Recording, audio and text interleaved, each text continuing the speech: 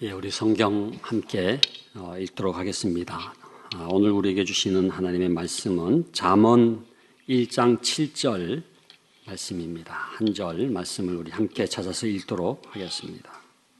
함께 봉독합니다. 여호와를 경외하는 것이 지식의 근본이거늘 미련한 자는 지혜와 훈계를 멸시하느니라. 아멘. 우리가 이 신앙을 달리기 경주에 비유하지 않습니까? 100m, 200m 이렇게 달리기와 같이 열심히 신앙생활을 해서 마지막 이제 골인 지점 바로 죽음이죠. 그래서 하나님께서 상급을 주실 것이다 이렇게 생각을 합니다만은 사실은 100m, 200m 단거리 경주라기보다는 릴레이 경기와 같다고 생각을 합니다. 그러니까 우리가 열심히 뛰어가는 것 중요하지만 바톤을 넘겨줘야 돼요. 그러니까 내가 열심히 뛰었다고 끝나는 것이 아니라 다음 주자에게 바톤을 넘겨줘야 된다. 여러분 혹시 2008년입니까? 중국 베이징 하계올림픽 때 여자 400m 계주 경기, 릴레이 경기 우승 후보였던 미국 선수들이 탈락을 하잖아요. 왜 탈락을 했습니까? 잘 못 뛰어서가 아닙니다. 100m를 10초대로 주파하는 선수들이지만은 바톤 터치에서 실패하고 말아요. 떨어뜨리고 말잖아요. 우리가 신앙의 바톤을 과연 우리의 다음 세대에게 제대로 물려주고 있는가? 아니면은 떨어뜨리고 있는 것은 아닌가? 한번 돌아볼 수 있기를 바랍니다. 하나님께서는 사실은 하나님의 자녀지 않습니까? 여러분들이 내 자녀, 내 아들, 내 딸 이렇게 얘기하지만 사실은 그 자녀의 소유권이 나에게 있는 것이 아니라 내가 소유권자가 아니라 진정한 그 자녀의 주인은 누구이십니까? 하나님이시죠. 그럼 우리는 누구예요? 부모는 청지기라고 얘기하죠. 그러니까 하나님의 자녀를 우리가 청지기직으로서 맡아서 하나님의 사람으로 양육해야 될 책임이 있는 거예요. 그렇기 때문에 내 욕심대로, 내 뜻대로, 내 야망대로 키우면 되는 것이 아니라 하나님의 뜻대로, 하나님이 원하시는 방법대로 키우는 게 너무나 중요합니다. 하나님은 다른 사람에게 자녀를 맡긴 적이 없어요. 물론 학교 선생님도 있고 교회 학교 교사도 있고 여러 가지 학원 선생님도 있고 많은 사람이 우리의 자녀들을 도와주고 있죠. 그러나 전부 다 2차적인 겁니다. 그거는 부모가 위탁을 한 거예요. 그러니까 하나님께서는 신명기 6장 7절에 뭐라고 말씀하셨습니까? 내 자녀에게 부지런히 가르치라. 그러니까 부모가 자녀 교육의 주체인 거예요. 저는 이걸 깨닫는 게 굉장히 중요하다고 생각합니다. 여기 지금 기도 학부모 교실 참여하고 계신 분들도 많이 계시겠습니다만은 가장 중요한 부모 교육 중에 핵심이 뭐냐 하면은 내가 자녀 교육의 주체다, 책임자다. 다른 사람에게 미뤄서는 안 된다는 거예요. 왜? 하나님께서 내 자녀에게 부지런히 가르치라 이렇게 말씀을 했기 때문에. 그런데 우리는 지금 자녀를 가르치지를 않고 그냥 보내는 사람으로 전락하고 있는 것은 아닌가. 그냥 학교 보내고, 그죠? 학원 보내고, 학원도 요즘 여러 가지 보내지 않습니까? 국어, 영어, 수학만 보내는 게 아니라 무슨 태권도 학원도 보내고, 예? 그리고 신앙교육은 어디다 보내버려요? 꿈꾸는 학교, 주일학교, 보내잖아요. 물론 우리가 다 가르칠 수가 없고 또 더 전문적으로 잘하는 분들이 있기 때문에 우리가 학교도 보내고 교회도 보내고 주일학교 보내고 필요하다면 학원도 보낼 수가 있겠죠. 그러나 우리가 가르치는 게 원칙이에요. 저는 이 세미나 같은 걸 해보면은요, 제일 청중의 반응이 좋은 집단은 홈스쿨러들입니다. 홈스쿨링 하시는 분들 알죠? 여러분들 가운데도 홈스쿨러들이 계실지 모르겠는데 그 홈스쿨링 하는 분들은 부모님이 직접 이 자녀들을 가르치기 때문에 얼마나 집중해서 들으시는지 몰라요. 그야말로 이렇게 쪽쪽 빨아 당기듯이 듣고서 그걸 이제 자녀에게 직접 가르치지 않습니까?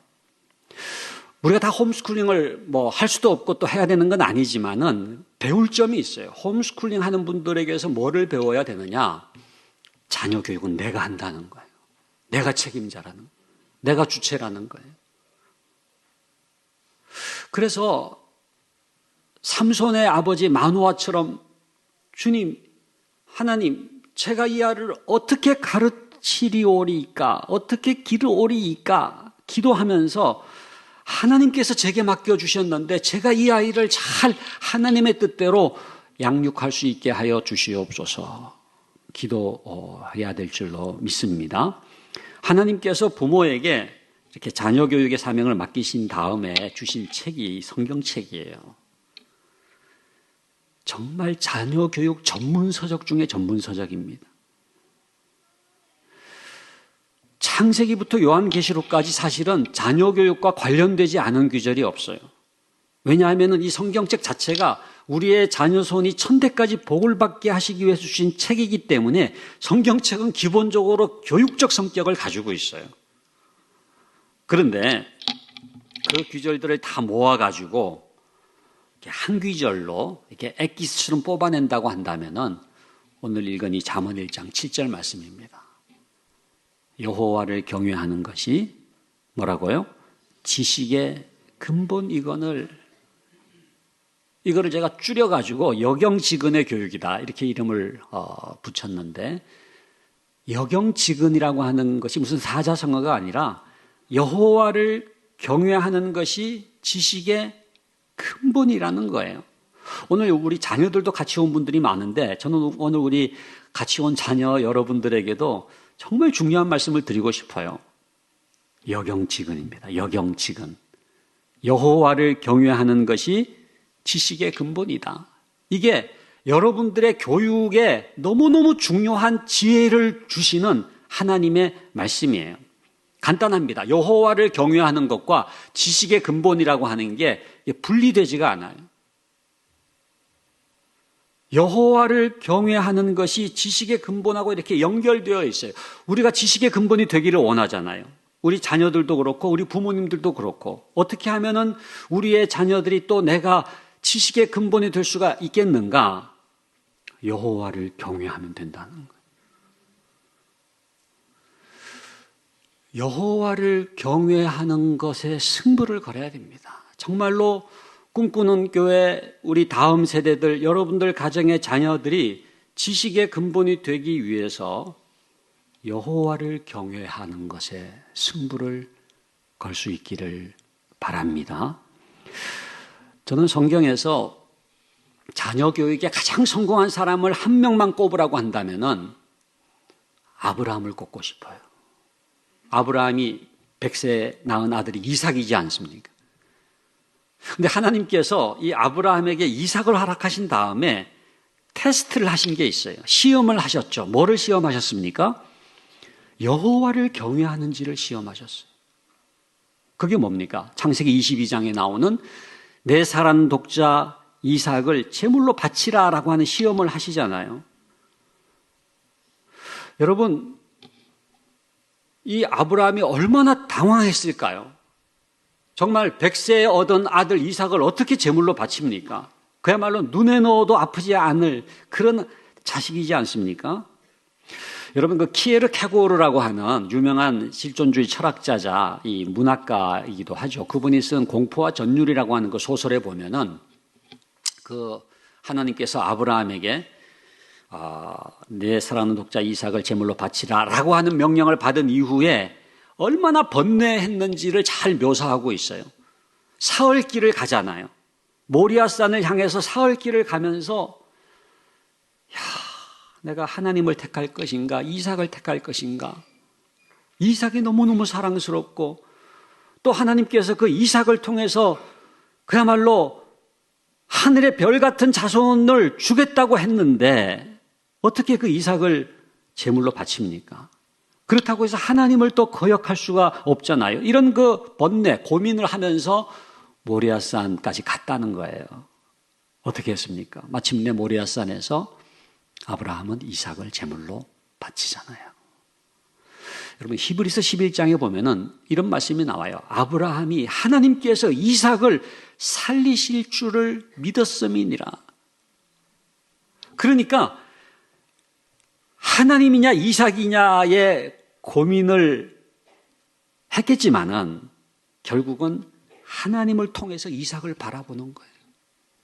하나님이 살아계시고 하나님께서 전능하시기 때문에 하나님께서 이삭을 책임져 주실 것이라고 하는 것을 믿음으로 말미암아 하나님의 말씀을 순종하면서도 이삭을 사랑하지 않는 게 아니라 너무너무 사랑하기 때문에 하나님의 말씀에 순종하는 장면이 모리아산에서 아브라함이 이삭을 제물로 바친 장면입니다. 하나님께서 당황하셨죠. 그래서 아브라함아 아브라함아 부르신 다음에 그 아브라함을 칭찬하시는 내용이 창세기 22장 12절에 나오지 않습니까? 창세기 22장 12절 말씀을 보면은 다 읽지는 않고요. 여기 보면은 마지막에 내가 이제야 네가 하나님을 경외하는 줄을 아노라 통과가 된 거예요. 내가 이제야 네가 하나님을 경외하는 줄 아노라. 내 사랑하는 독자 이삭을 제물로 바치기까지 하나님께 순종하는 그 아브라함을 칭찬하시는 장면이잖아요. 여러분 그 모리아산에서 이삭이 뭐를 배웁니까? 자식을 제물로 바치기까지 하나님께 순종하는 그 아버지 아브라함을 통해서 뭐가 여호와 경외인지를 처절하게 깨닫는 거예요. 그러니까 저는 이 가정교육의 클라이막스가 이 모리아산이라고 생각합니다. 그러니까 우리의 자녀 교육이 어때야 되느냐라고 할 때 물론 좀 이 극단적인 거죠. 이 아브라함이 이삭을 제물로 바치는 거는 참 믿지 않는 분들은 참 이해하기 어려운 그런 이제 사건이지 않습니까? 그런데 그만큼 여호와를 경외해야 한다라고 하는 것이 각인될 정도로 철저하게 여호와를 경외하는 그 아버지 아브라함을 통해서 뭐가 진정한 여호와 경외인지를 배우게 됐던 모리아산이야말로 자녀교육의 클라이막스고 가정교육의 클라이막스였다는 거죠.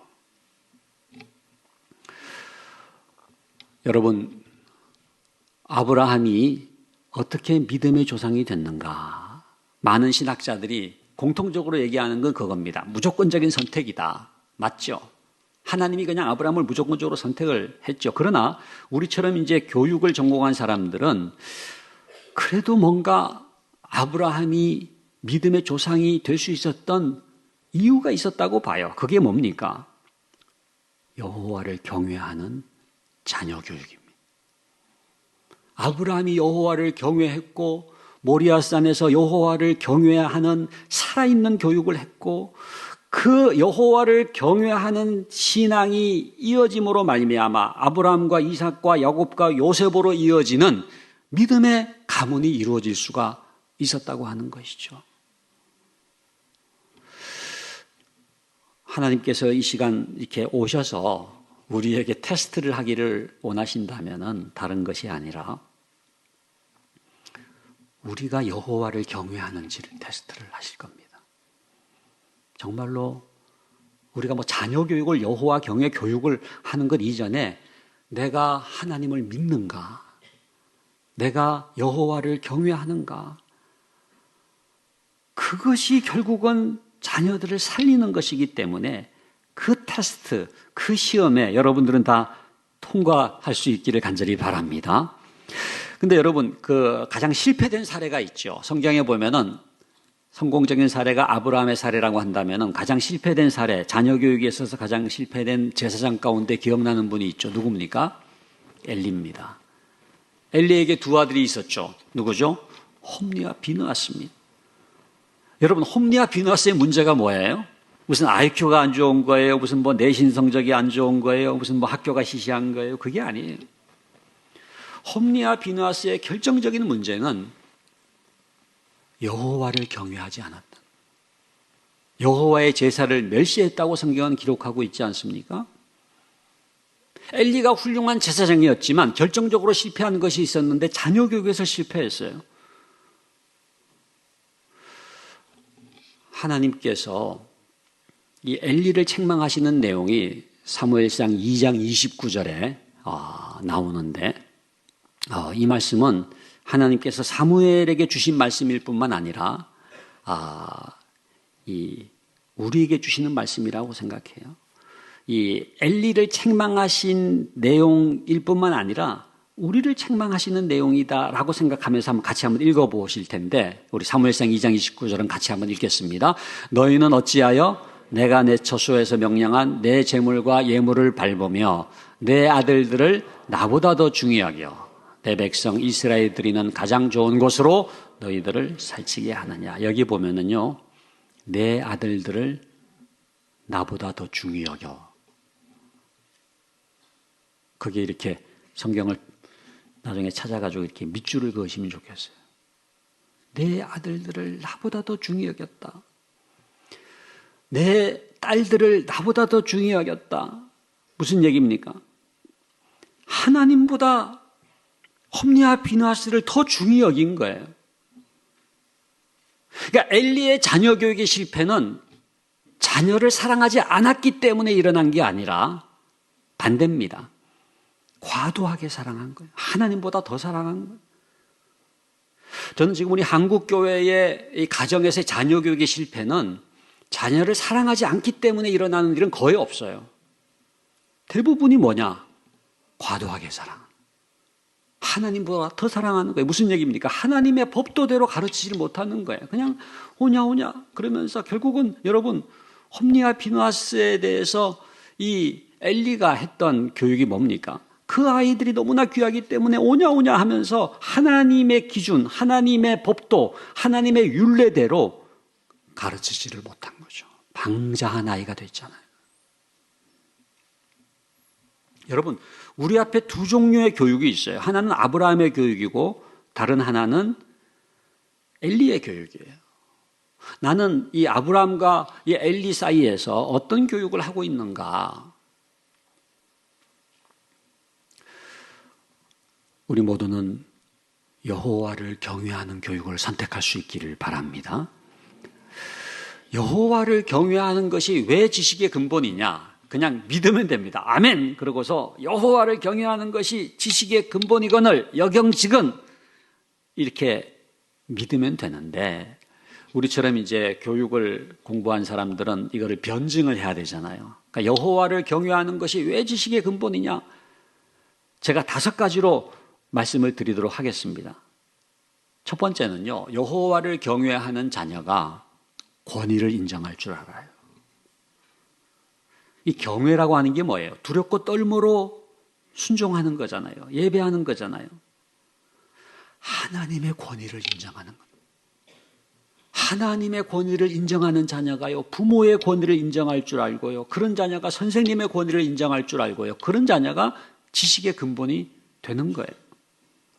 저는 교육에서 가장 중요한 단어를 하나 꼽으라고 한다면은 이 권위라는 단어를 꼽고 싶어요.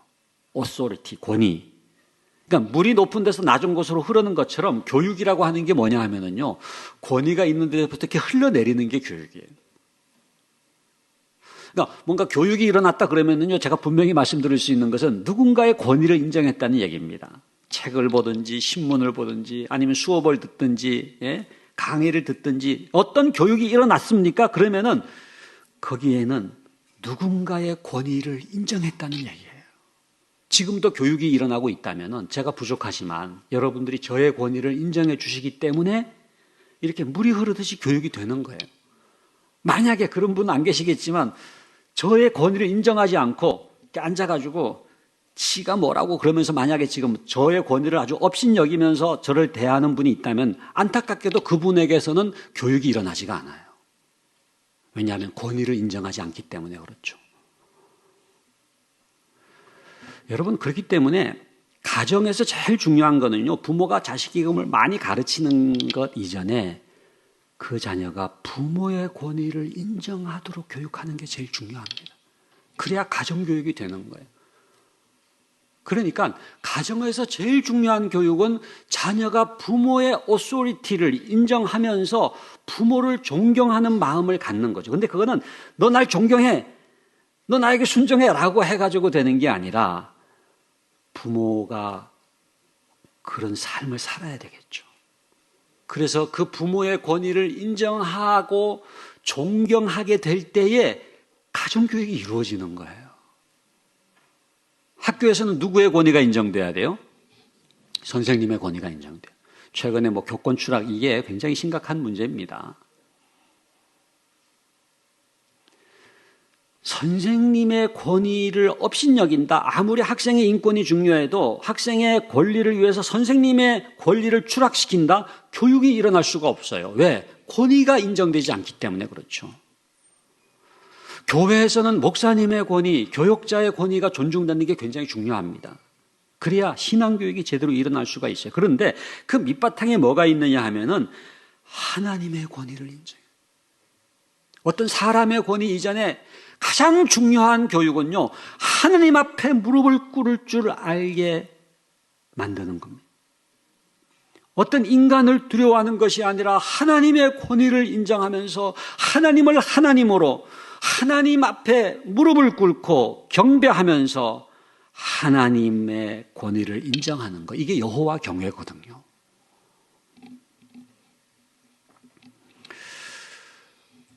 그렇기 때문에 여호와를 경외하는 자녀, 하나님의 권위를 인정하는 자녀가 지식의 근본이 될 수 있다. 두 번째는요, 여호와를 경외하는 자녀가 경청할 줄 압니다. 하나님의 말씀을 청종하는 아이에게 경청하는 태도가 생겨요. 사무엘처럼 주여 말씀하옵소서 주의 종이 듣겠나이다 귀를 쫑긋 기울이고 하나님의 말씀을 청종할 때 이게 듣는 귀가 열리는 거예요. 여러분, 우리가 하브루타 얘기를 많이 하는데 하브루타라고 하는 거는 뭐냐 하면은요, 이 이스라엘 랍비들이 말을 하면은요, 이렇게 딱 아이들이 딱 들어요. 그리고 아이들이 말을 하면 또 랍비가 들어요. 부모 자식도 마찬가지입니다. 부모가 말씀하면 자녀가 듣지만은 자녀가 말을 할 때에도 이렇게 엄마가 그냥 설거지하면서 그냥 이렇게 흘러 듣는 법이 없어요. 고개를 돌려서 그 아이의 눈을 마주 바라보면서 그 아이의 말을 청종을 하는 거예요. 그래서 듣고 질문하고 이게 하브루타의 원리거든요. 그런데 하나님의 말씀을 집중해서 듣는 거예요. 이 훈련이 굉장히 중요합니다. 여러분, 마음을 다하고 뜻을 다하고 성품을 다해서 예배하라는 것이 하나님을 위한 것이기도 하지만은 우리를 위한 거예요. 왜요? 집중해서 예배를 드리면은요, 집중해서 공부할 수도 있어요. 집중해서 일을 할 수도 있어요. 그러니까 그 예배에 대한 집중, 하나님에 대한 집중, 마음과 뜻과 정성을 다해서 하나님을 예배하는 것들을 통해서 충성스러움을 배우고요, 집중을 배우고요, 무엇보다 경청을 배우게 되는데 그것이 지식의 근본이 되는 열쇠가 된다 하는 거죠. 세 번째는요, 여호와를 경외하는 자녀에게 하나님의 성품이 형성됩니다. 여호와를 경외하잖아요. 그러면은요, 신앙만 변하는 게 아니에요. 계속 뭐가 변하느냐 하면은 성품이 변해요. 그게 성령의 9가지 열매입니다. 그러니까 여호와를 경외하니까 성실해져요. 인내할 수가 있어요. 그리고 섬길 줄 알아요. 충성스러움이 생겨요. 요즘에 인공지능 시대에는요, 똑똑한 거가 중요한 게 아니더라고요. 여러분, 요즘에 챗 GPT 써보셨어요? 정말 이거는 과거의 어떤 컴퓨터, 인터넷, 이런 IT의 발전과는 비교할 수 없을 정도인 것 같아요. 그리고 요즘에는 여러분 번역기, 구글 번역 정도가 아닙니다. 그야말로 이렇게 글을 한글을 딱 집어넣으면은 그냥 영어면 영어, 온갖 언어로 다 이렇게 번역이 되는데 그냥 직역이 되는 정도가 아니라 이렇게 다듬어져 가지고 정말 아주 화려한 수사적인 그런 그 문구를 가지고 표현을 하는 거예요. 그러니까 똑똑한 거는 인공지능이 대신합니다. 로봇가 대신합니다.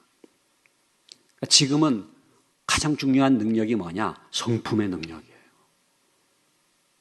정말 배려할 줄 알고 또 인내할 줄 알고 책임감이 있고 성실하고 충성스럽다라고 하는 게 뭐예요? 남들 앞에서 이렇게 신용만 하는 게 아니라 아무도 없어요. 그러나 아무도 없는 게 아니라 뭐예요? 코람데오예요. In the presence of God. 하나님의 존전 앞에 있기 때문에 하나님 앞에서 하듯이 그렇게 성실하게 하게 될 때 나타나는 열매가 엑셀런스라는 겁니다. 탁월성이라는 거예요. 왜 크리스찬들이 진정한 크리스찬이라고 한다면은 탁월한가? 그거는 남이 아무도 보고 있지 않아도 딴전을 피우는 게 아니라 사람이 없으니까 아무도 보는 이 없으니까 그냥 대충 하는 게 아니라 하나님의 존전 앞에 있다라고 생각하고 신실할 수가 있다면은 누구하고 이렇게 비교해가지고 그러니까 여러분 그 경쟁해가지고 나타나는 결과는 진정한 탁월성이 아닙니다. 그거는 비교 우위만 되면 되거든요. 그러니까 내신성적으로 뭐 해가지고 경쟁시켜가지고 누가 누구보다 더 잘하느냐 이걸로는 진정한 탁월성이 나오지가 않아요. 진정한 탁월성은 하나님 앞에서 누구하고 비교하는 정도가 아니라 하나님의 기준, 하나님의 뜻, 하나님의 나라, 하나님의 다스림을 받게 될 때에 나타나는 열매가 이게 엑셀런스입니다. 진정한 탁월성이 나오는 거예요. 저는 여러분들의 자녀들이 우리 꿈꾸는 교회 다음 세대들이 이런 탁월성을 지닐 수 있기를 간절히 바랍니다. 그러기 위해서는 여호와 경외의 승부를 거는 거예요. 그러니까 너무나 많은 우리 한국교회 교인들이 자녀 교육의 성공을 뭐로 기준을 하느냐, 어느 대학에 들어갔느냐라고 생각하더라고요. 물론 그것도 중요하죠. 그러나 그렇게 짧게 보지 마세요. 신명기 6장 2절에 보면은 평생의 여호와를 경외하며라는 말씀이 나와요. 그러니까 평생을 봐야 돼요. 평생 하나님의 쓰임을 받아야 돼요. 그거는 뭐 어느 학교에 나왔느냐 가지고 평생 가질 않아요. 그럼 평생 가는 게 뭐냐? 그게 성품입니다. 그러니까 하나님 나라의 일꾼으로 하나님이 그야말로 평생의 여호와를 경외하는 사람을 찾으시는데 하나님의 성품을 지닌 사람이 진정한 리더가 될 수가 있고 하나님 나라의 일꾼의 역할을 할 수가 있고 그 사람을 통해서 수많은 사람들이 뭐예요? 유익을 얻는 거예요. 쉼을 얻는 거예요.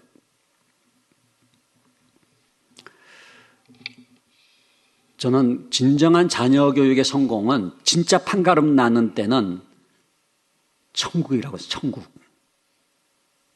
마지막 날, 마지막 천국에서 후회하지 않을 수 있는 자녀 교육이 진짜 성공적인 자녀 교육이잖아요. 여러분, 천국의 실종자 가족에 대해서 묵상해 보신 적이 있습니까? 아직도 세월호 실종자 가족이 남아 계시죠. 실종자 가족처럼 가슴 아픈 사람들이 없잖아요. 시신을 찾은 사람이 오히려 부럽다는 얘기를 하잖아요. 그러니까 이 실종자 가족이라고 하는 분들은 정말 이게 너무너무 답답한 거예요. 정말 이 생사를 알지 못하는 거죠. 근데 기다려도 오지 않는 거죠. 천국의 실종자 가족은 뭐냐면 우리 부모들이 먼저 천국에 갔어요. 이제 우리 애가 올 때가 됐는데 오지 않는 자녀를 기다리는 천국의 실종자 가족을 묵상해 보신 적이 있습니까? 나는 그냥 학원 보내고 과외시키고 그래가지고 명문대 입학시켰고 또 뭐 인류 기업에 아니면 뭐 변호사 의사 되게 했으니까 자녀 교육만큼은 성공한 줄 알았는데 그게 성공이 아니라고 하는 것을 어디서 깨달아요? 천국에서 깨닫는 거예요. 그러니까 여러분 진정한 자녀 교육의 성공을 위해서 가장 중요한 기준을 제가 말씀을 드릴게요. 그거는 영원성입니다. 나의 자녀 교육이 영원과 잇대어 있느냐.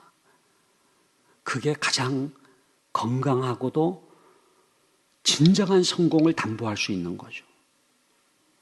다른 거는 전부 다 그냥 잠깐 반짝거리는 거예요. 아유, 집사님 어떻게 그 아이를 그 학교에 입학시켰어요? 뭐 비결이 있습니까? 가르쳐 주세요. 잠깐은 뭐 인기 있는 것처럼 보이지만 그건 영원한 게 아니에요.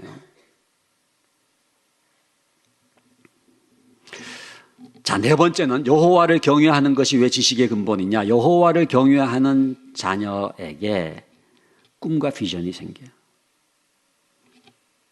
지금처럼 이렇게 우리 자녀들도 금요 집회에 나와가지고 예배를 드리잖아요. 또 기도하잖아요. 성경을 읽잖아요. 찬송을 부르잖아요. 그러면은 하나님, 저도 모세 같은 인물이 되고 싶어요. 다윗 같은 인물이 되고 싶어요. 사도 바울 같은 인물이 되고 싶어요. 라고 하는 꿈이 생기잖아요. 그러면은요, 그 꿈이요, 그 아이를 시동을 거는 거예요. 모티베이션이 생기는 거예요. 동기가 유발이 되는 거예요. 왜? 목적이 생겼기 때문에.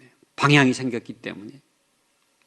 그러니까 목적을 깨닫는다고 하는 게 너무나 중요합니다. 여러분, 닐 포스트만이라고 하는 분이 유명한 교육학자인데 그분이 쓴 책이 교육의 종말이라는 책이 있어요. 우리나라 말로도 번역이 됐어요. 베스트셀러였는데 영어로는 The End of Education, END가 있잖아요. END가 뭐예요? 끝이라는 뜻이죠. 종말. 그런데 END의 다른 뜻이 있는데 그게 뭐냐면 목적입니다. 목적. 그러니까 그분이 그 책에서 그런 얘기를 해요. 목적이 사라지면 교육은 끝장이라는 거예요. 그러니까 다르게 바꾸어 말하면 교육에서 가장 중요한 거는 목적을 깨닫는 거라는 거예요. 여러분, 여러분들의 자녀들에게 가장 중요한 교육이 뭔지 아세요? 목적을 깨닫는 거예요. 내 삶의 목적이 뭔지, 내가 왜 태어났는지, 그러니까 why라고 하는 이유, 삶의 어떤 존재의 근거가 뭐냐 하면은 내가 왜 사는지, 왜 공부하는지, 왜 대학 가야 하는지, 그게 뭐예요? 그게 목적, 방향을 깨닫는 거거든요. 제가 이제 장로의 신학대학교라고 그 이제 교수 생활을 마감하고 이제 한동대에서 석좌 교수로 오라 그래가지고 지금 이제 한동대학교에서 이제 학생들을 가르치는데요. 한동대는 재밌는 게 1학년 들어가면 무전공제입니다. 그러니까 무전공제라고 하는 거는 전공이 없어요. 그러니까 무슨 뭐 법학과 무슨 경제학과 해가 들어간 게 아니라 그냥 한동대학교 들어오면은 아무 전공이 없어요. 그럼 1년 동안 뭘 하느냐? 내가 누군지를 깨달아요. 정체성을 깨달아요. 소명을 깨달아요. 하나님께서 나를 왜 이 땅에 보내셨는지, 왜 부르셨는지. 그래서 그 1년 동안 제가 이제 가르치는 과목도 그 과목 중에 하나인데 소명을 깨닫고 자기의 신앙을 깨닫고 그래서 자기의 정체성과 삶의 목적과 방향을 깨달음으로써 뭐예요? 진정한 하나님의 부르심이 뭔지를 딱 정해야 자기 전공이 생기는 거예요. 그러니까 자기 삶의 목적을 딱 붙들고 그 목적이 뭐 한 전공이 아니면 융합을 해도 좋아요. 근데 중요한 거는 하나님께서 왜 나를 이 땅에 보내셨고 왜 한국 땅에 태어나게 하셨고 왜 하나님께서 이 대학에 들어오게 하셨는지 기도하면서 그 소명을 딱 깨닫게 되니까요. 목적을 발견하게 되니까요. 스스로 시동을 거는 거예요. 그러니까 그냥 억지로 공부하는 것과는 전혀 다른 효과가 나타나는 거예요. 제가 대안학교 가운데에도 기독교 대안학교 가운데에도 그런 학교를 봤습니다. 어떤 학교냐 하면은 고3인데도 고3 1학기인데도 예수 그리스도가 나의 주님이시라고 하는 것을 아직 받아들이지 않은 친구들에게 이 영접할 수 있도록 회심이 일어날 수 있도록 돕는 거예요. 여러분 고3 1학기인데 그럴 여유가 없다고 보통 생각하잖아요. 그런데 그 예수님을 나의 주님으로 딱 영접하고 내가 하나님의 자녀라고 하는 걸 딱 깨닫게 될 때 쫙 올라가는 거예요. 왜냐하면은 내가 누군지를 깨달았으니까. 내가 왜 사는지를 깨달았으니까. 이제는 내 삶에 방향이 생겼으니까. 목적이 생겼으니까. 나도 하나님 쓰시군요. 하나님 나라에 저도 쓰임받는 일꾼이 되기를 원하는데 하나님 그러면은 제가 어느 방향으로 나아가야 되겠습니까? 딱 방향을 깨닫게 되니까 스스로 시동을 거는 거예요. 그러니까 자기 주도적 학습이라고 하는 건 딴 게 아닙니다. 목적을 깨닫게 되면은요 스스로 시동을 거는 거예요. 그러니까 다들 지금 왜를 잃어버렸어요. 목적을 잃어버렸기 때문에 그냥 억지로 억지로 키우고 억지로 학교 데려가고 그냥 아침에 여러분들 얼마나 학교 보내는 게 또 힘듭니까? 그게 아니라 그 자녀들 어릴지라도 그 자녀들이 하나님의 부르심, 하나님의 뜻, 하나님의 말씀을 사모하면서 삶의 목적과 방향을 발견하는 게 굉장히 중요하죠. 그 릭 워렌 목사님이라고 목적이 이끄는 삶이라고 하는 책을 썼잖아요. 그죠? 그 책도 읽으신 분들이 많은데 그 책에 보면 그런 내용이 나옵니다. 모든 자녀에게는 신적 목적이 있다는 거예요. Divine purpose가 있다. 이 신적 목적이라고 하는 게 뭐냐면은 태어난 아이는 무조건 하나님이 긍정하셨다는 것을 보여주는 거라는 거예요. 여러분들도 마찬가지입니다. 그러니까 우리가 이 땅에 태어났다라고 하는 것은 하나님의 의지가 있는 거예요. 우연히 태어난 사람은 아무도 없어요. 그냥 어쩌다가 실수로 태어났다 그런 사람 아무도 없어요. 하나님의 계획이 있는 줄로 믿습니다. 하나님의 뜻이 있고요. 의지가 있고요. 하나님의 긍정이 있는 거예요. 그래서 하나님께서 이 땅에 보내신 거죠. 그게 소명이거든요. 그 소명을 이루게 하시기 위해서 하나에게 주신 선물이 있어요. 영어로 기프트고 우리나라 말로 번역할 때 기독교적으로 번역하면 은사지요. 그러니까 이 소명과 은사는요. 동전의 앞뒷면과 같아요. 그러니까 소명을 잘 보면 은사가 보이고요. 은사를 잘 보면 소명이 보여요. 왜? 소명을 이루기 위해서 주신 은사, 또 은사를 잘 보면 그걸 주신 목적인 소명을 깨닫기 때문에 그렇죠. 그런데요, 형제지간에도 은사가 달라요. 이게 다 독특해요. 여기에 굉장히 중요한 기독교 교육의 원리가 있습니다. 지금 80억 인구가 있지만 다 달라요. 형제지간만이 아니라 일란성 쌍둥이라고 하더라도 은사가 다르더라고요. 이건 제가 자신 있게 얘기할 수 있습니다. 왜냐하면 제가 일란성 쌍둥이이기 때문에 그래요. 저랑 똑같이 생긴 복제 인간이 돌아다니고 있으니까 조심하시길. 저기 그 안양 쪽에 가면 샘병원이라고 있는데 거기 이제 선교 원장으로 있는 박상은 장로라고, 거기는 이제 복음병원이라고 고신 복음병원에서 이제 오래 있다가 지금 그 병원에 있습니다만은 지금도 얼굴을 구분을 잘 못하는 분들이 있어가지고 제가 지금 가르마를 반대로 하고 다니는 겁니다. 원래 이렇게 하면 더 멋있는데 제가 이렇게 양보해가지고. 근데 어릴 때는 진짜 똑같았거든요. 그래서 이제 어릴 때 이렇게 사진이 있는데 저희 아버님 목회하시던 그 교회 마룻바닥에서 이제 기도하는 사진이에요. 제가 이렇게 손을 모으고 기도하는데 옆에서 눈 뜨고 쳐다보는 사진인데 그 사진 한번 있으면 좀 보여주실래요? 예, 이 사진입니다. 예.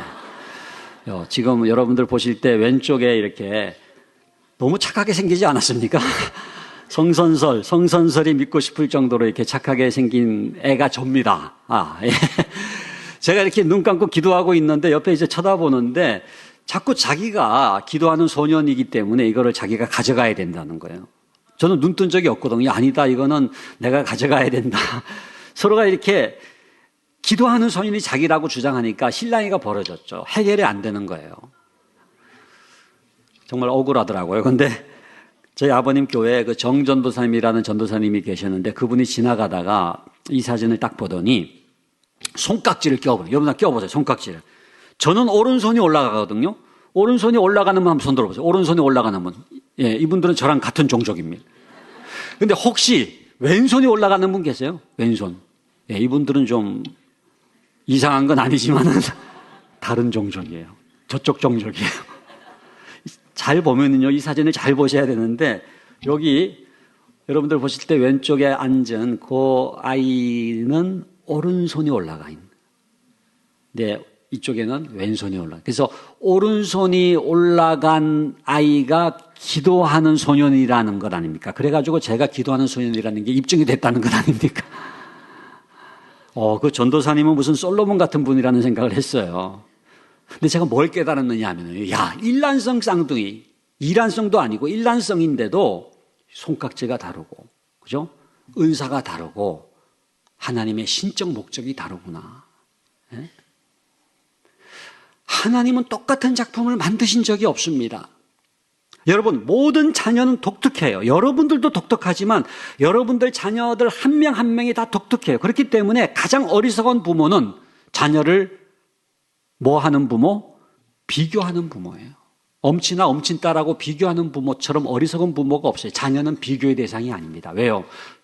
유니크하니까, 독특하니까. 그러니까 그 아이는요, 그 아이밖에 없어요. 그러니까 하나님은 절대 줄을 세우지 않습니다. 하나님은 10명이 있으면 10가지 잣대가 있고요. 100명이 있으면 100가지 잣대가 있는 거예요. 그러니까 그 아이의 삶이 불일 듯 일어나는 게 중요해요. 디모데후서 1장 6절에 사도 바울이 뭐라고 말씀하십니까? 내 속에 있는 하나님의 은사를 다시 불릴 듯하게 하기 위하여 너로 생각하게 하노니. 그러니까 디모데 속에 있는 은사가 활활 타오르는 게 중요하지, 디모데냐 무슨 누구냐 비교하는 게 아니에요. 저는 여러분들이 아이들을 경쟁으로 내몰기 이전에 그 아이의 은사에 불을 붙이는 영적 점호자가 되기를 바랍니다. 그게 진정한 탁월성으로 가는 길이에요. 그러니까 지금 이 무한 경쟁이지 않습니까? 지금 입시안 또 개편됐잖아요. 여전히 지금 상대평가 5단계라고 하지만 똑같은 거예요. 그러니까 계속해서 우리는 지금 아이들을 경쟁으로 내몰고 있잖아요. 그게 지금 이 세속의 교육이에요. 그런데 그것이 탁월성을 만드는 게 아니에요. 그러니까 그 아이들이 서로 싸우게 만들기 전에 사실 가장 중요한 능력은요, 협력하는 능력입니다. 세상을 살아가면서 아이들에게 가장 필요한 역량이 있다면은 더불어 사는 역량이에요. 서로 배려할 수 있는 거예요. 대신에 그 아이 속에 있는 은사가 불일 듯 일어남으로 말미암아. 은사는 여러분 자기를 위하는 게 아닙니다. 은사는 남을 위한 거예요. 그 은사가 타올라서 누군가를 도와주고 사회를 변화시키고, 그죠? 세상을 변화시킬 수 있는 사람으로 키우는 것이 이게 하나님 나라 일꾼의 양육법이거든요.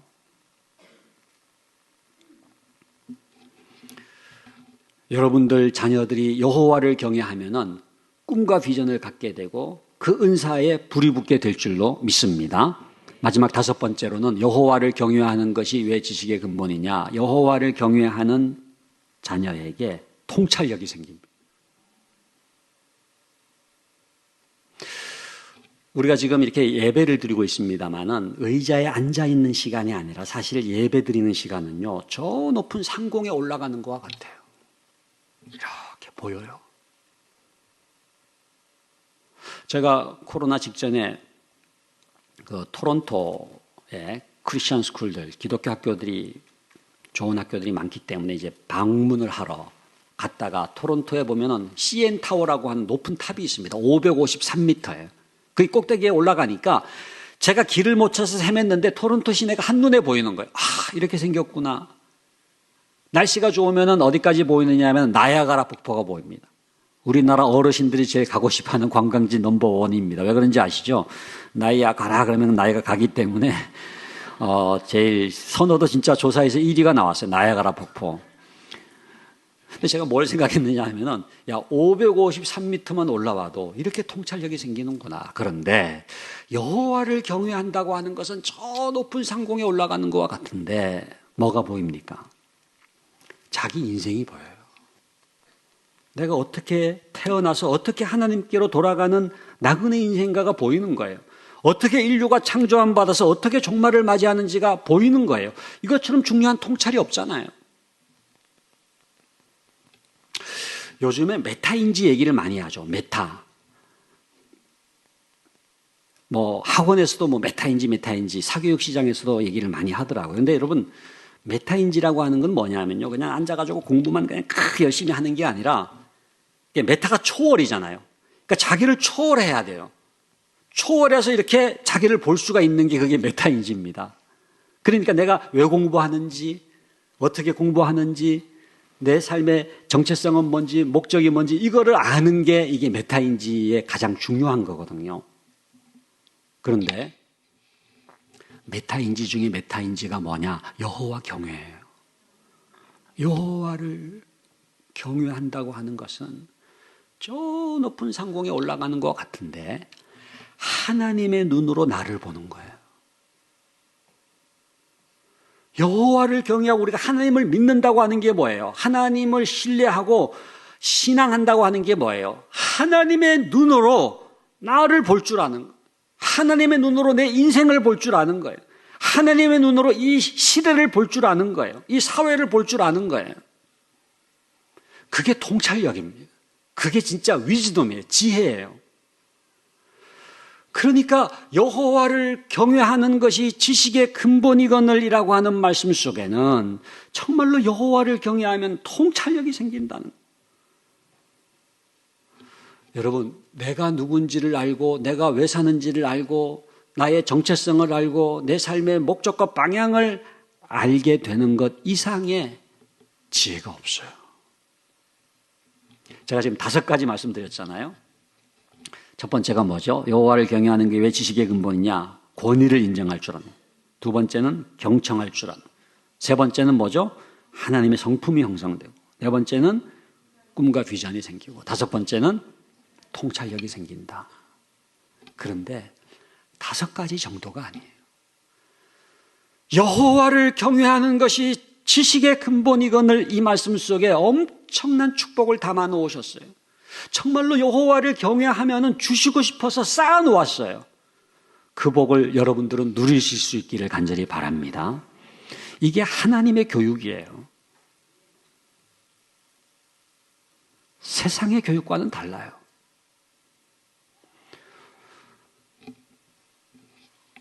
그렇다면은 이제 마무리를 하도록 하겠습니다. 어떻게 해야 되느냐? 정말로 지식의 근본이 되게 하기 위해서는 여호와 경외의 승부를 걸어야 돼요. 첫 번째는 부모가요. 우리 지금 학부모 우리 교육과 이제 겸해가지고 오늘 이 집회가 또 이루어지고 있는데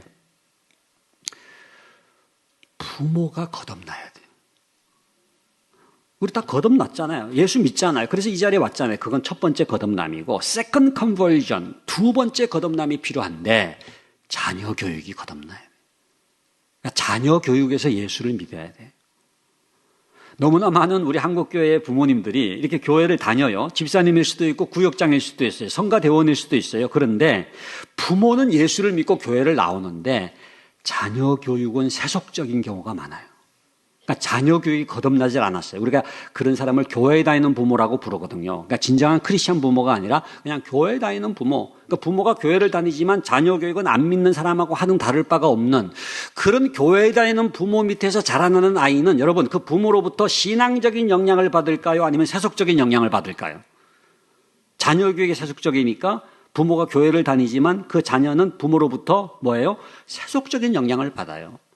그러니까 사실은 안 믿는 가정에서 자라는 아이와 거의 다를 바가 없어요. 한 번도 신앙 얘기를 한 적이 없어요. 성경을 가르쳐 준 적도 없어요.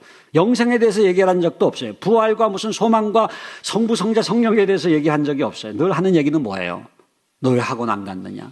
너 그래가지고 무슨 인서울 하겠느냐? 지금 인서울 뭐 안 그래도 될 것 같은 지금 분위기입니다만은.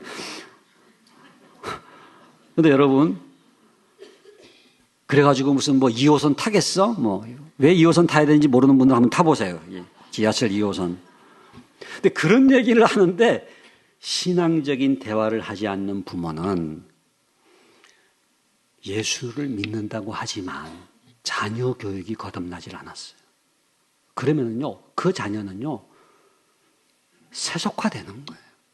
교회 나오는 게 기적이죠.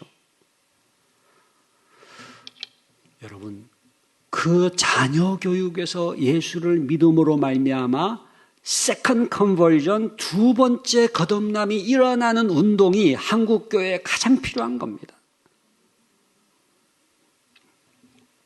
우리가 사형리 같은 데 보면 이제 마음의 원이 있고, 그죠? 거기에 왕자가 있어가지고 내가 중심에 앉아 있다가 내려앉고 예수님을 모셔드리는 거를 우리가 거듭남이라고 얘기하잖아요. 구원의 확신이라고 얘기를 하는데 자녀 교육도 마찬가지입니다. 자녀 교육에 원이 있어요. 자녀 교육에 원이 있으면은 그 한복판에 이제 자녀 교육의 왕좌가 있잖아요. 거기 누가 앉아 있어요? 보통 누가 앉아 있어요? 부모가 앉아 있는 게 아니라 엄마가 앉아 있죠. 아빠는 대충 이제 앉아 있고 이제. 근데 사실은 엄마가 앉아 있다기보다는 엄마의 염려가 앉아 있죠. 엄마의 불안이 앉아 있죠. 엄마의 조바심이 앉아 있죠. 그런데 엄마든 아빠든 내려앉고 그 자녀 교육의 왕좌에 예수님을 모셔야 돼요. 주님이 자녀 교육에서도 주인이 되어 주시옵소서. 이제는 주님께서 원하시는 자녀 교육을 하겠습니다. 옆집 아줌마에게 휘둘리는 게 아니라 주님이 저의 자녀 교육의 주인이 되어 주시옵소서. 이 변화가 일어나요. 여러분, 로마서 12장 2절에 무슨 말씀이 있습니까? 너희는 이 세대를 본받지 말고 오직 마음을 새롭게 함으로 변화를 받아 하나님이 다 암송하는 귀절인데 이거를 자녀 교육으로 번역을 하면 이렇게 됩니다. 너희는 이 세대의 교육을 본받지 말고 오직 마음을 새롭게 함으로 변화를 받아 하나님의 선하시고 기뻐하시고 온전하신 교육이 무엇인지 분별하도록 하라. 우리 앞에 두 종류의 교육이 있다는 거예요. 하나는 이 세대의 교육이 있고 다른 하나는 하나님의 교육이 있어요. 근데 이 하나님의 교육이야말로 선하고 기쁘고 온전한 교육이라는 거예요. 이 두 가지를 분별하도록 하라. 이 디선먼트라는 단어를 사용했는데 너무나 중요한 단어입니다. 그러니까 여러분들 그냥 나는 교회 다니니까 내가 하는 교육이 기독교 교육이겠지, 하나님의 교육이겠지라고 그냥 생각하고 있는데 그게 아니라는 거예요. 정말 내가 하는 교육이 이 세대의 교육인지 아니면 하나님의 교육인지를 디선먼트, 이 분별하도록 하라. 구별을 하라는 거예요. 여러분, 영분별 아세요? 영분별? 악령의 역사인지 성령의 역사인지를 이게 어떨 때는 구분이 안 될 때가 있어요. 그러나 믿음의 눈으로 기도하면서 잘 보면은 영분별이 되는 거예요. 악령의 역사인지 성령의 역사인지를 알 수가 있는 것처럼 내가 하는 지금 자녀 교육이 이 세대의 교육인지 아니면은 하나님의 교육인지를 분별하도록 하라. 오늘 지금 영상으로 들으시는 여러분들도 분별할 수 있기를 바랍니다. 그래서 만약에 내가 하는 자녀 교육이 이 세대의 교육이라고 한다면은 어떻게 해야 돼요? 마음을 새롭게 해야 돼요. 변화를 받아야 돼요. 여러분, 꿈꾸는 이 교회가 말이죠. 얼마나 저는 이 좋은 교회냐. 제가 7년인가 8년 전에 왔어요. 근데 너무 변했더라고요. 오는데 이게 정말 그때는 그냥 산길을 헤매가지고 이렇게 왔던 것 같은데 지금은 다 개발이 돼가지고 아주 그냥 불야성을 이루고 있던데 무엇보다도 교육의 다음 세대의 귀중함을 아는 교회잖아요. 그렇다고 한다면은 여러분들이 이 자녀 교육에 있어서 거듭나서 자녀 교육에 있어 로드십을 인정하고 주님 되심을 인정하고 그래서 첫 번째 거듭남이 아니라 이 두 번째 거듭남까지 일어날 때 진정한 크리스찬 부모가 되는데 여러분 모두는 진정한 크리스찬 부모로 하나님께서 인정해 주시기를 간절히 바랍니다. 두 번째는 가정예배예요. 가정예배. 가정예배가 왜 중요하냐? 가정예배가 여호와 경외를 배우는 산실입니다. 그러니까 국어, 영어, 수학은 가르치는 데가 많아요. 배우는 데가 많아요. 그런데 여호와 경외를 배울 수 있는 가장 중요한 시간이 뭐냐 하면은 이게 가정예배입니다. 그러니까 제가 3040 부모님들에게는 그런 얘기해요. 국어, 영어, 수학 중요하죠. 중요하죠. 그보다 더 중요한 과목이 있어요. 그게 뭐예요? 여호와 경외 과목이에요. 그 여호와 경외를 배우는 시간이 가정예배예요. 그러니까 저는 이 가정예배에 대해서 사실 간증하고 싶은 게 많아요. 맛있는 가정예배라고도 나와 있지만은 사실은 제가 가정예배 산입니다.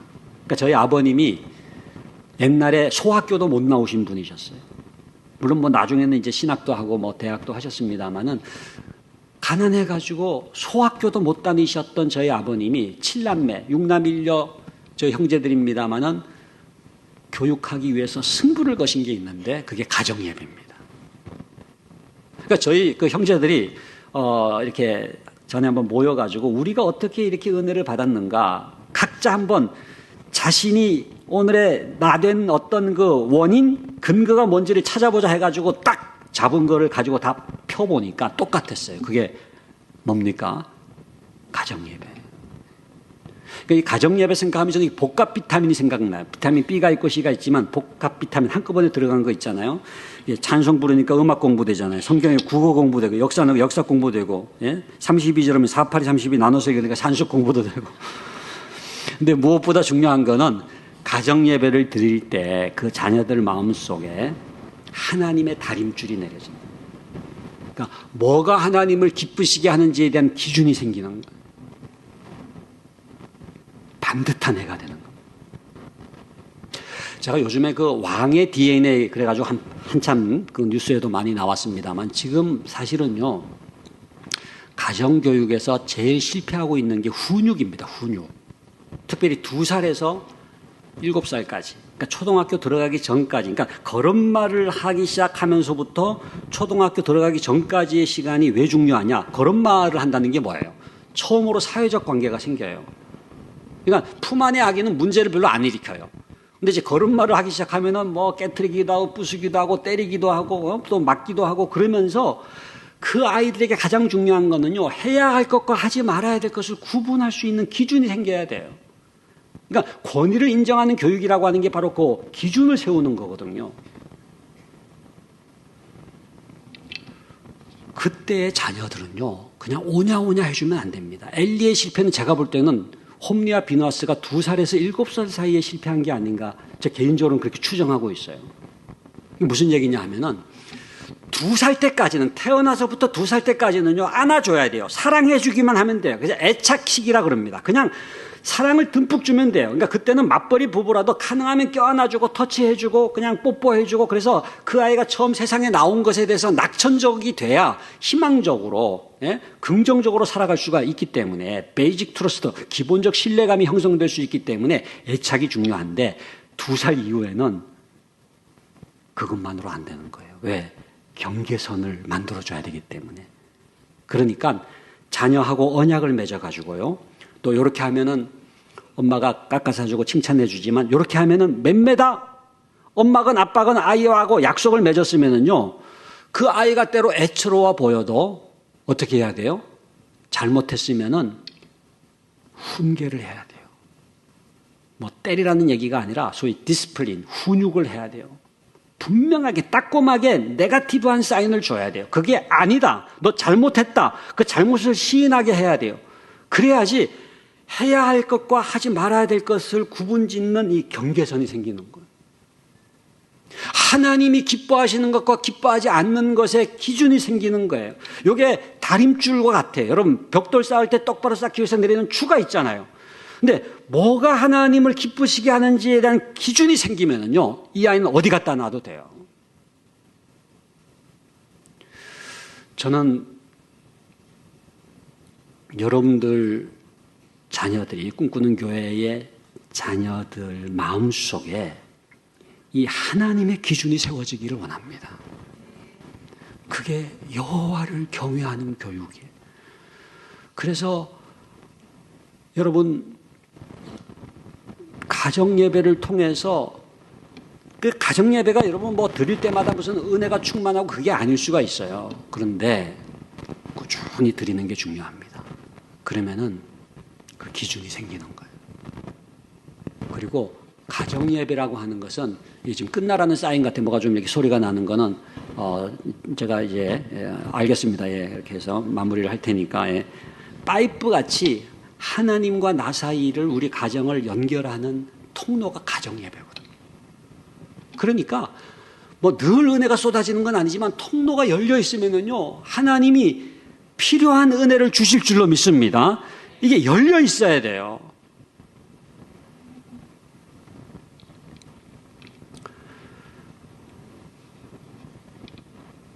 그리고 일관성입니다.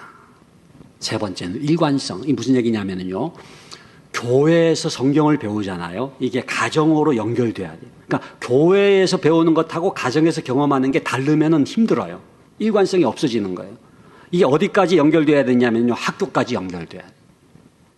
지금 이 교회와 학교가 너무 분리되어 있어요. 교회에서 배우는 내용하고 학교에서 배우는 내용이 너무 달라요.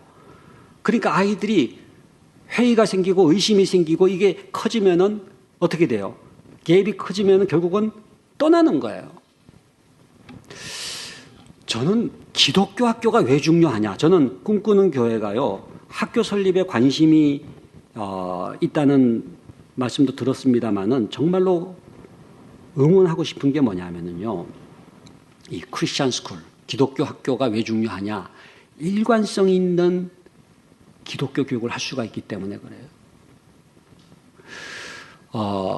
시간이 없기 때문에 긴 말씀을 드릴 수는 없지만은 꼭 무슨 기독교 대안학교에 보내라, 또 무슨 뭐 교회가 대안학교를 꼭 세워야 된다, 이렇게 말씀을 드린다기보다는 공립학교에 다니더라도 부모는 이 아이가 일관성 있는 기독교 교육이 이루어져야 한다고 하는 것을 깨닫고 학교에서 형성되는 가치관이 아니라 기독교적인 가치관으로 이 아이를 교육해야 될 책임이 있는 거예요. 교회는 그걸 도와드려야 되죠. 그래서 학교에서 이 아이가 지금 뭐를 배우고 무슨 고민을 하는지를 부모가 어느 정도는 알아야 돼요. 그래서 그 아이에게 기독교 세계관적인, 기독교 가치관적인 일관성이 이루어질 수 있도록 해야 할 때에 제대로 된 여호와 경외 교육이 이루어질 수가 있는 거죠. 가장 좋은 거는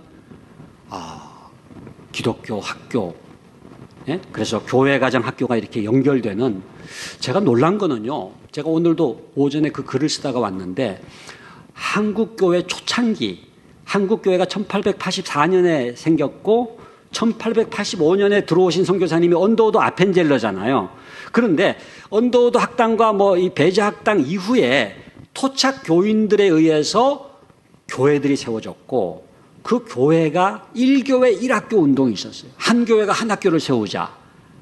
그래가지고 교회마다 주일학교도 있고 주간학교, 그래가지고 주일학교는 주일날 하는 학교고 주간학교는 주중에 하는 학교인데, 이게 이제 교회 부설 소학교입니다.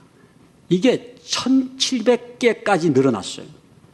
그러니까는 초창기에 여러분, 교회마다 학교들을 세워가지고 일관성 있는 교육이 이루어졌던 것이 우리 선조들의 삶이었어요. 그 학교들이 민족교육과 구국운동과 항일운동의 근거지가 됐고, 이게 불이 붙은 게 3.1운동으로 나타난 거거든요. 마지막으로 드리고 싶은 말씀은, 여호와 경외 교육은 말로 하는 게 아닙니다. 부모의 삶으로 하는 거예요. 너 여호와 경외하랬더니 왜 안 해? 라고 말해가지고 되는 게 아니라, 부모의 삶이 여호와를 경외하는 삶을 사는 것 자체가 자녀 교육인 거예요. 그러니까 자녀 교육은 자녀들 앞에 놓고 훈화를 하는 게 아니라 자기와의 싸움이에요. 내가 진짜 여호와를 경외하는 삶을 사느냐 못 사느냐가, 그게 자녀 교육이에요. 여러분, 아버지, 어머니 그러면 지금 떠오르는 이미지가 있죠. 여러분들 부모님이 생존해 계시던 돌아가셨던 아버지 그러면 어떤 떠오르는 이미지가 있잖아요. 어머니 그러면 떠오르는 이미지가 있죠. 근데 나는 과연 내 자녀에게 어떤 이미지로 새겨지고 있을까? 그게 자녀 교육의 핵심입니다. 그 윌리엄스 목사님이라고 찬송가 199장 나의 사랑하는 책을 작사하신 분인데, 그 윌리엄 목사님의 원래 그 찬송가 제목은 My Mother's Bible이에요. 나의 어머니의 성경책이에요. 나의 책이 아니라. 그게 뭐예요? 비록 헤어졌으나 어머니의 성경책이라는 이미지가 새겨져 있는, 어머니의 무릎 위에 앉아서 그 어머니의 무릎이 이미지로 남아있어요. 늘 그 무릎에 앉아가지고 성경 말씀 듣고 기도해 주셨던 그 어머니의 무릎. 그 다음에 뭐예요? 눈물 많이 흘린 건 내가 잊지 않고 기억합니다. 그 어머니의 눈물이라고 하는 이미지가 이렇게 새겨져 있는 거예요. 여러분, 신앙적인 이미지가 자녀들에게 새겨질 수 있기를 간절히 바랍니다. 근데 이건 쇼로 되는 게 아니에요. 야, 너 언제 들어와 해가지고 딱 펴놓고 이렇게 기도하는, 성경 보고 이런 모습을 보여주고 싶다고 되는 게 아니잖아요. 그래가지고 자녀 교육이 되는 게 아니잖아요. 그러니까 자녀 교육이라고 하는 것은 삶이기 때문에 우리의 진정성 있는 삶이 여호와를 경외하는 쪽으로 완전하진 않죠. 완벽한 부모가 누가 있겠습니까? 그러나 여호와를 경외하는 그 뒷모습이 자녀들에게 새겨지는 거거든요. 자녀 교육이 어려운 것은 진실을 기반으로 할 수밖에 없는 교육이기 때문에 그래요. 잠깐 강의는 뭐 할 수 있죠. 그러나 자녀 교육은 그게 아니잖아요. 삶으로 해야 되잖아요. 여러분의 삶을 통해서 여러분들의 자녀들이 여호와를 경외할 수 있기를 간절히 바랍니다. 기도하겠습니다.